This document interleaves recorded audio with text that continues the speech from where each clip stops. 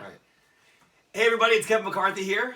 And Lauren Veneziani McCarthy, his wife. Right, we are and she's my wife and I'm her husband. Yeah, and we are married film critics. And yeah, I know it's cheesy, but this is what we do. We both love movies, and we're here to review Ready Player One this week. I've seen it 3 times now. Lauren's seen it once for the first time last night, and we're going to delve into that review. If you're just finding us for the first time, we do have other movie reviews available on this YouTube channel. Just search in the video playlist. You'll find our reviews for Black Panther, Love, Simon, Tomb Raider. We still are working on an official name for this movie review. Right. I kind of like either Married to the Movies or Sent a Couple or something like that. But if you have any recommendations, leave some in the comments. Yeah, we'd love to know what we should call this. And again, if you're watching this for the first time, just a brief background. We'll get to Ready Player One.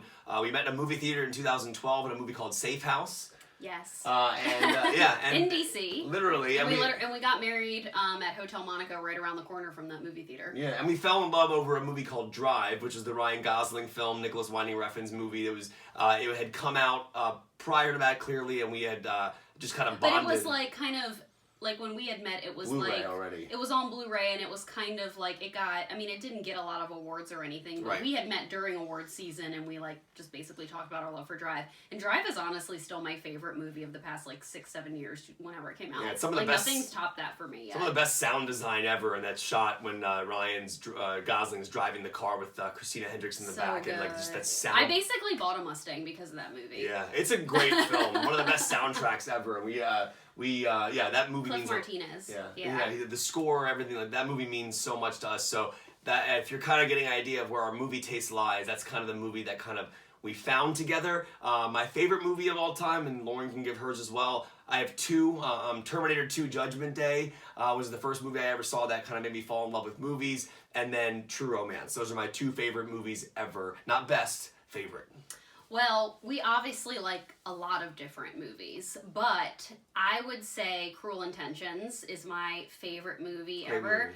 I just saw it when I was in 7th or 8th grade, and I'll never forget. I rented it with my girlfriend Becky from Blockbuster and watched it, and I was just blown away. And Sarah Michelle Gellar, I was always obsessed with Buffy, and it's my favorite TV show of all time, and I was just blown away with everything about Cruel Intentions. I absolutely love it. I've seen it so many times.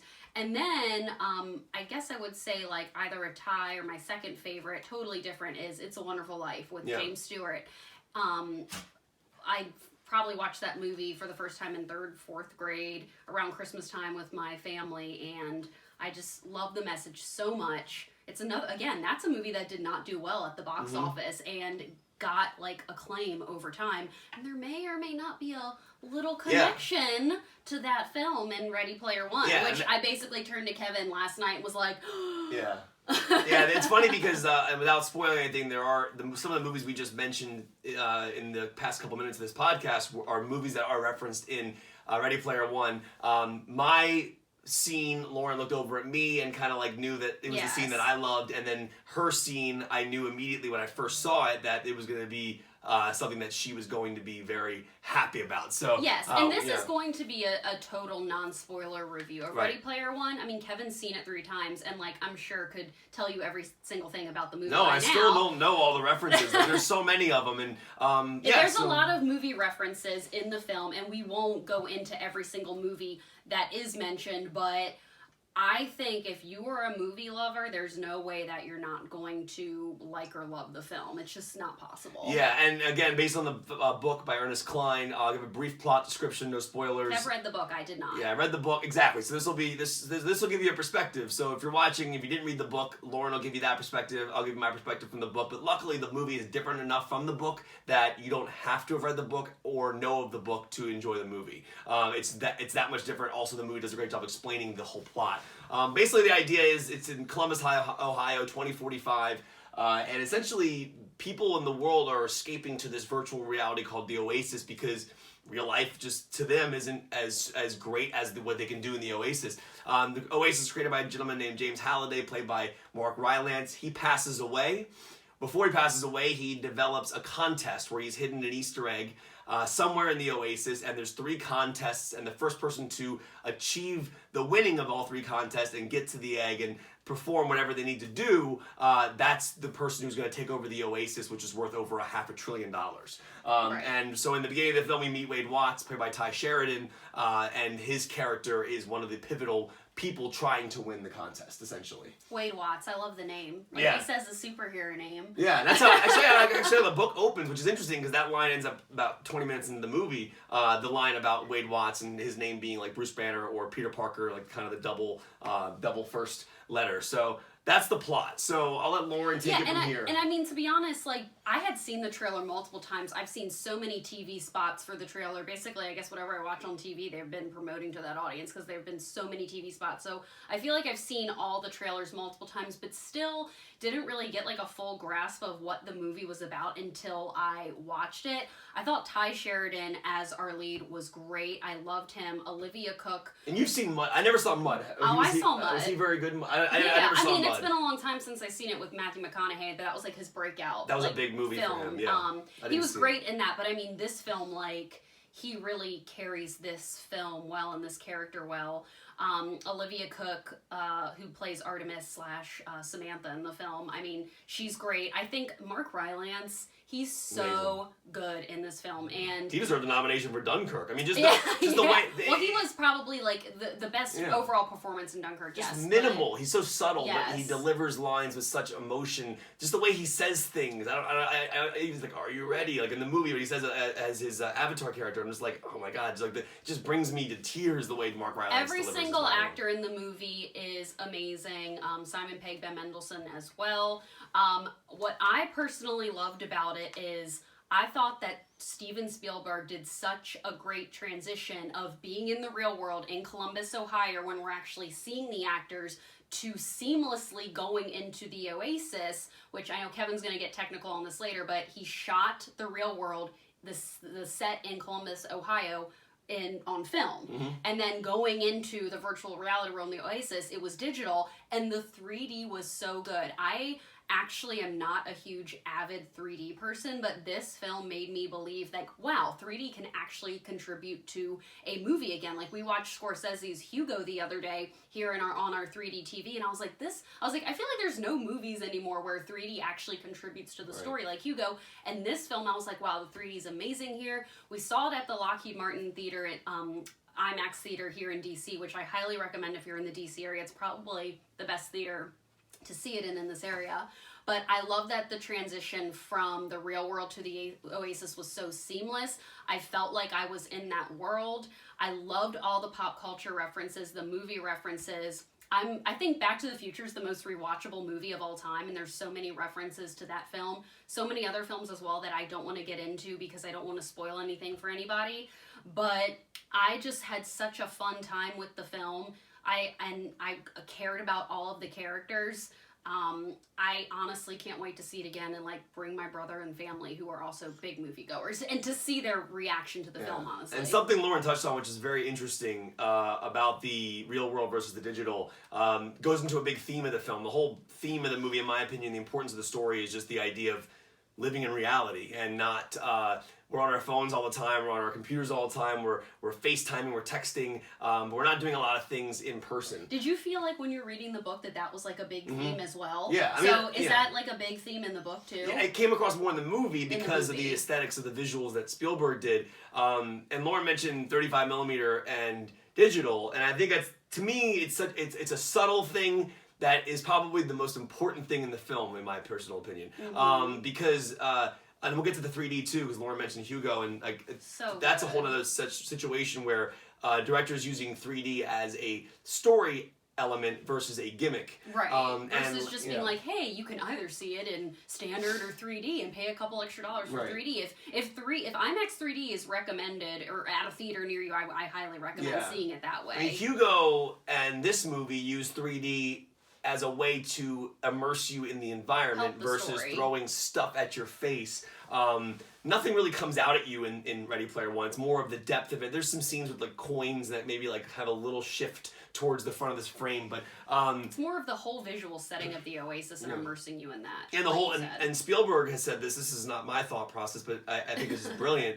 That he actually lessened the 3D converted in the real world. And then when you jump into the Oasis, which is digital, and when you make a digital film, when you make digital environments with computers, you can manipulate the foreground and background much easier than you can with a movie you shot on 2D. So that's why that transition of Wade putting his glasses on, you jumping into the Oasis, genuinely feels like you've literally leapt into a 3D world, because the 3D is not as strong in the real world. And that's purposeful. So when you watch the movie in 3D, it opens up in the real world, and you have your glasses on. You might say to yourself, "Man, this 3D doesn't look that great. I don't know why I spent $3 extra on this ticket." Just wait till they jump into the Oasis. Right, because then that's when it's really amazing. But like I said, I did not read the book. Kevin did when we were on a vacation a couple years ago. 3 days I read it. I've never read a book that fast in my life. And I mean, I know he said that there was some things different from the book to the movie, but because he already had that experience of reading the book, the whole movie was kind of like a new experience that he really liked and kind of was surprising to him as well. I just think that this is really cool for Steven Spielberg to get back to his like original roots. I mean, yes, like, Lincoln, The Post, they're good films, and I think that it just shows how versatile he is as a filmmaker. But this is the type of Steven Spielberg that I personally love, and I had just honestly a blast watching this film. It's 2 hours and 20 minutes. It feels like it's an hour.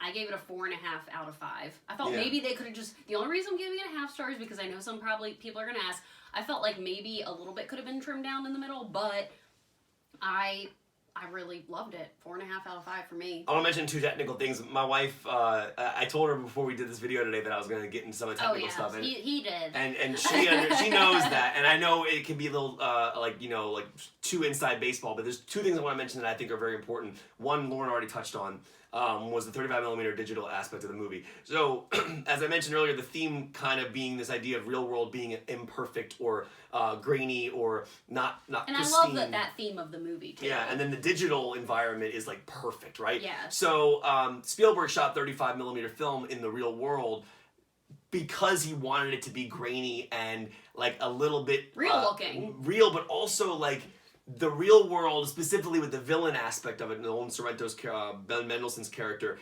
It's supposed to be a little grittier and darker. Then when you get in the Oasis, it's full bright. So to me, the aesthetic of shooting digital for the Oasis and then actually shooting film for the real world was beautifully done because it kind of spoke to the themes, but it also kind of adjusts your eyes to the jumps and transitions. Second thing, the technology that Spielberg used in this movie to push motion capture forward and virtual reality involving filmmaking forward is just brilliant. And I'll keep this brief, but I found this to be mind-blowing. So Laura and I are big motion capture fans. We love Andy Serkis. Yes. And I didn't know, I knew Kevin did tell me this before I watched the movie, and I feel like it is important for moviegoers to go into this film knowing this. Yeah, I mean, the motion capture, so if you've seen like Gollum, Lord of the Rings, and Caesar and Planet of the Apes, that's all done through performance capture. So Andy Serkis is physically on set, in environments, doing actual things with dots all over his body. That's basically what they did here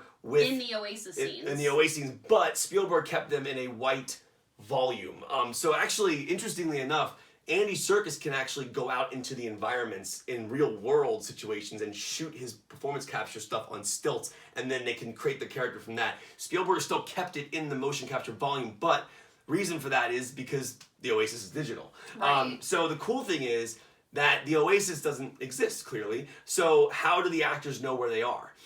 So they created VR glasses that Spielberg and the actors could wear prior to shooting their motion capture sequences, where they could actually go into the Oasis visually and see where they were, so Spielberg could actually block what was going to happen in the scene. So Ty Sheridan could literally put on glasses and go, okay, all right, Artemis is here, H is here, perfect. Take them off, then you put the motion capture helmet on, whatever it is, dots or whatever all over his body, then he films the scene in the environment, and then he knows where he is. Yeah, so that's so cool. It's the sickest thing ever. And then also, on top of that, the motion capture, allows you to immerse yourself more in the characters you're watching in the Oasis. When you're watching Parzival or Artemis's face in the Oasis, you feel the emotion because it's a real performance. It's not just a digital. With like the Artemis character, I thought like I could really see like in Olivia Cook in like the eyes and everything. But I mean, everybody that, and there's like, you know, some little spoilers about like who's doing the motion capture with some of the other supporting characters as well. But I mean, it's if I hadn't known that the actors were doing motion capture, it's just like a really cool thing to know. It's like, because I mean, more than half of the movies in the Oasis or half. So generally, it's cool that the actors are still doing their avatars. Yeah, and generally, it's interesting. Some filmmakers will tell you that they don't want you to know the behind the scenes stuff. To me, I feel like Spielberg would be fine with it. But Spielberg's has said to me before that his hope is that when the lights go down, you don't think of things. But, right. But I will say. But we're more we know. Yeah. Like, but we're not. I guess we're not the average moviegoer in the fact that we like dive into that technical stuff. But I will say the things I'm pointing out are things that your brain is going to process. So meaning that when you jump from 35 mil to digital in the Oasis, you might not if you're not a film guy or a film person or a film girl, you might not know what's happening technically speaking, but your brain is processing it. So Spielberg does it for a reason because he wants you to be fully suspended of disbelief in the storyline. So all I wanted to say about those technical things were they all play into why the movie's so great, because so much care went into making these scenes personable and emotional and real. And when you're in the Oasis, you feel everything they're going through, literally. And then also on top of that, it's impossible to see every single detail within the initial viewing. That's why I definitely want to see it again. And just growing up with you know, films like Jurassic Park and Back to the Future, and those aren't spoilers because they're in like the trailer, just little references to those movies here and there. I mean, there's literally a scene where a T-Rex is chasing a DeLorean. It's amazing. It's in awesome. The trailers. It's in the trailer. That whole scene is jaw-dropping. It's just like to like watch that movie like with like my family where I grew up with these movies and watching their reaction. I feel like that's where like Spielberg is gonna like have a smile on his face and be like, yep, like this is like really nostalgic. And it's one of my favorite Spielberg movies, and I have no problem saying that. It's a 5 out of 5 for me.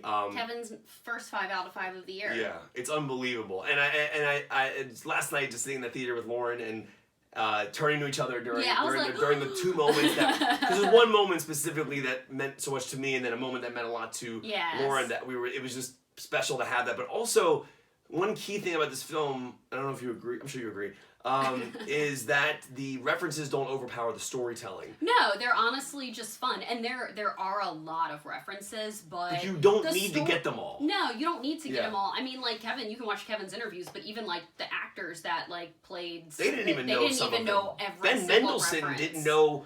I told him a reference that I liked, and he was like, "Oh, that's what that was." Yeah, and he's in the movie. It's insane how many references there are. And like I said, if you are a movie fan, film fan, whatever, and watch this movie, I feel like it's impossible not to like it. It's also very smart. It's not, I think calling it a popcorn film or just a fun movie undermines the brilliance. I mean, it's definitely a film you should see in the movie theater, but like I also think that it's going to like it has something to say, though. Yeah. It's not just mindless fun. I think it's going to be, like, a film that's going to be remembered and watched for a long time. Yeah, and I think Spielberg was the perfect choice for this film. He's the only person that could pull this off. Yes. And I remember reading the book thinking to myself, how is it possible? I remember when the day we read that Spielberg was going to do this, Kevin was like, oh my God. I don't even know how that was. He's like, I won't see it. Yeah, and it lived up to all my expectations, and it's different enough from the book that it feels like a refreshing. It's still the core story and core characters and core contest and core Wade Watts and Halliday and Artemis and Parzival, but the themes, the contests are different. And I will say just a quick thing: do not read reviews because of possible spoilers. People are already spoiling. There's a gigantic surprise at some point in the film, which I'm not going to go into any more detail than that. A whole sequence, which is a big surprise that nobody knew about. It's not in the book. Stay away from everything you possibly can, because... Besides this video. Yeah, exactly. But that scene, I hope people see it naturally. Because I saw it 2 weeks ago, I didn't tell Lauren about it, I didn't tell anybody about it. No, and I was blown away. I was like, was this in the book? Yeah. Because in the book, you know, in the book, which you won't see in the movie, which is not a spoiler, there's no Blade Runner or War Games, which is what happens in the book. But yeah, it's incredible, and I feel genuinely lucky to be alive in a time where this movie exists. And just sitting in a theater last night, it just brought me so much joy to experience it. And also Spielberg's still shooting on 35, which is awesome. So yes, I mean, no, we loved this film, and we'll see what's the next film that could maybe top this or even out with this. Could be who's your favorite Deadpool performance 2. in the movie? Olivia Cook.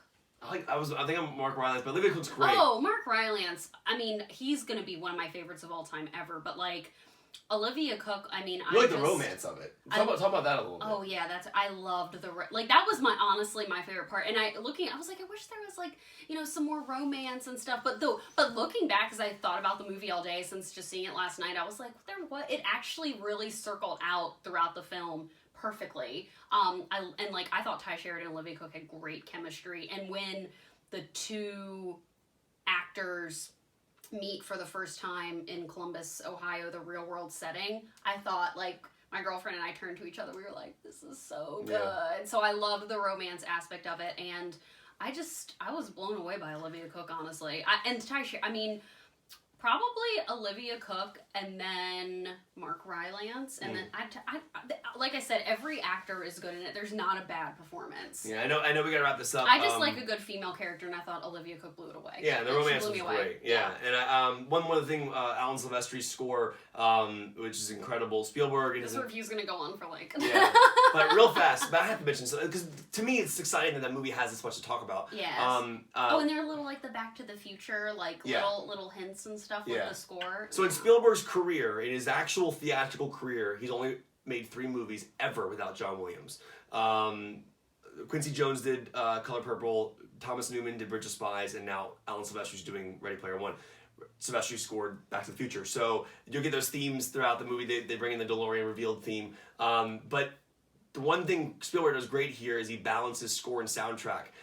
Because they're two different things. Soundtrack is a song that comes on with music and lyrics, and it's a song, like a Jump from Van Halen. And then having to weave that into Silvestri's themes for all the different characters, it's amazing. And the more times you see Ready Player One, the more you appreciate Silvestri's score, because there's so much happening the first time. Like last night, I actually sat back in the theater for the third time seeing it. You were able to enjoy certain aspects of it that you didn't the first time. Oh, it's so cool hearing Parzival's theme or Artemis's theme or Sorrento's theme. It was like really kind of a different experience when you can pick those things out. Yeah, totally. I need to see it again.